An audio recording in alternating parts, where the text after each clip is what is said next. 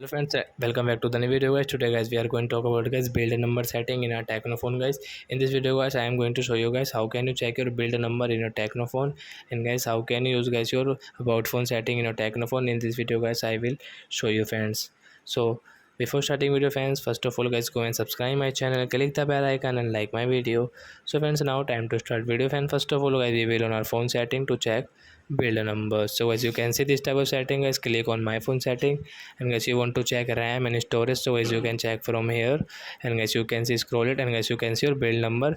So as you can check from here, and guys you want to on get developer mode option. So as you can on from here guys, you will have to click it 3 and 4 times. So guys we are guys already developer. So as you want to on, so as you can on from here, and guys you can check your build number from here.